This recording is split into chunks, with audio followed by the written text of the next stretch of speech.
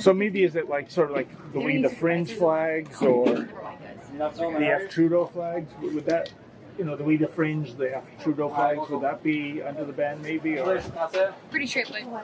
Okay. But I'm not sure. I would probably double check with the supervisor or something. These are all, there's so many different things that are not allowed, and if I'm not sure, I just double check with the supervisor, but I wouldn't see why it would be allowed. There's a big list. Sure, but there's a full list of all the items that are allowed and not allowed here. Sure. So if but I would just be really personally interested in the flag policy, man. Just you see a lot of Ukrainian flag people are standing in solidarity with Ukraine, right? Would that be allowed? Or? For sure, yeah. Okay, all right. So I'm going to ask you to turn off the camera, please. Oh, this is security. No, security we don't film. Sorry. Okay. Can you delete it? Well, Can you delete it? No. Yeah, you need to delete it. It's security here. You can't film.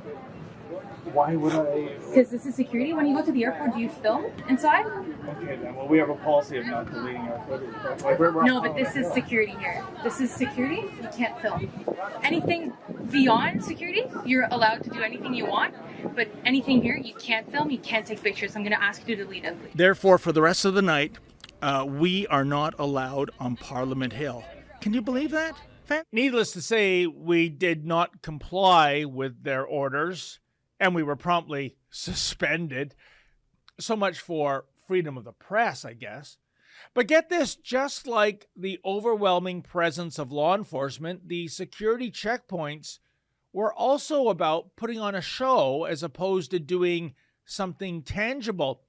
You see, with my suspension from the Hill over, I returned to Parliament Hill on Sunday, July 3rd, to see if I would be allowed to stand on the grassy incline.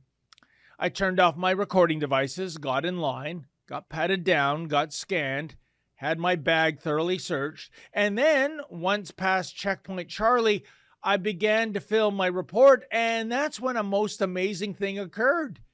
The security checkpoint I had just passed through was disassembled and packed away in a van. Check it out.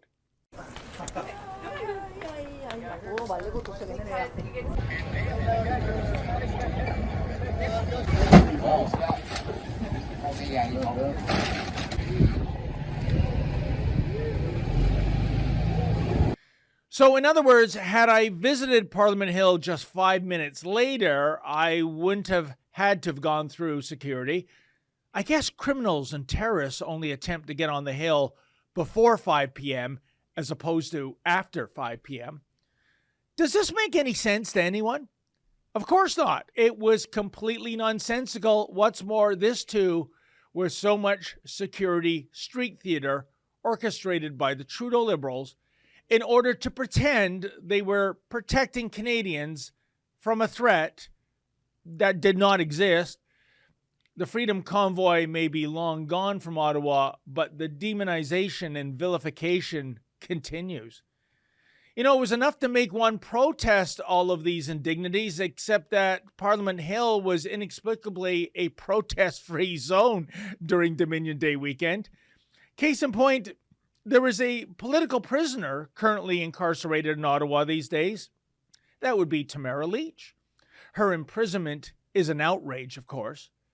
But look what happened when a supporter wrote "Free Tamara Leach" in chalk upon a sidewalk. I was helping write "Free Tamara" and "Free Pat King" political prisoners across the Wellington Street, and I was pulled over and given a fine of $1,130. What did you use to write that on the streets? Chalk. So Parliament Hill, which should be the one place in Canada where protests against the government should be deemed sacred, is now a demonstration-free zone? And how did that happen?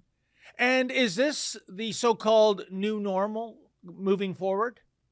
Golly, it was only 2 summers ago that BLM protesters were painting Black Lives Matter on streets and sidewalks. They didn't receive any tickets. In fact, those Marxists even vandalized and tore down statues they didn't care for.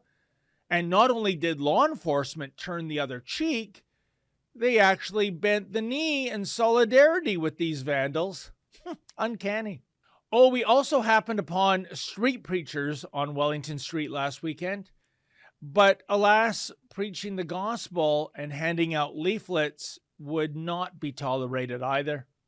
Bytown's brave and bold bylaw officers descended upon these preachers en masse. They were told they could not remain stationary, even though they were not impeding the passage of anyone. They were, however, permitted to walk and talk. Yeah, walk and talk, like prisoners in the penitentiary yard during exercise period. Then again, downtown Ottawa, in many regards last weekend, resembled a maximum security facility. And from the fun police to the flag police, the gatekeepers at Parliament Hill were very picky about which flags one could bring up upon the hill, assuming you were allowed on the hill, that is. In any event, the Canadian flag, which is now vilified in some circles thanks to its association with the freedom movement, was thankfully allowed to be displayed. But I was informed flags bearing slogans such as F Trudeau and We the Fringe were verboten. Apparently, one is not allowed to hurt the feelings of the governing Liberals anymore. It's not a law, of course, it's just a memo. Oh, I asked about another flag that is very popular these days, namely the blue and yellow flag of Ukraine.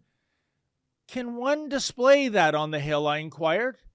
And the officer said I had raised a very good question and that she'd have to check with her supervisor to see if indeed the Ukrainian flag could be displayed. No, folks, I am not making this up. You see, the theme on the hill on this particular weekend was that Ottawa would be a so-called hate-free zone.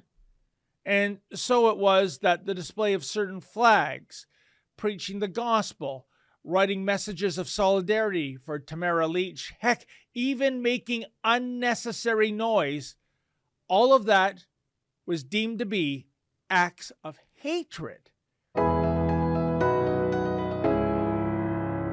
What you just saw was an excerpt from my nightly show, The Ezra Levant Show. Every weekday I do a monologue. Usually it's about half an hour.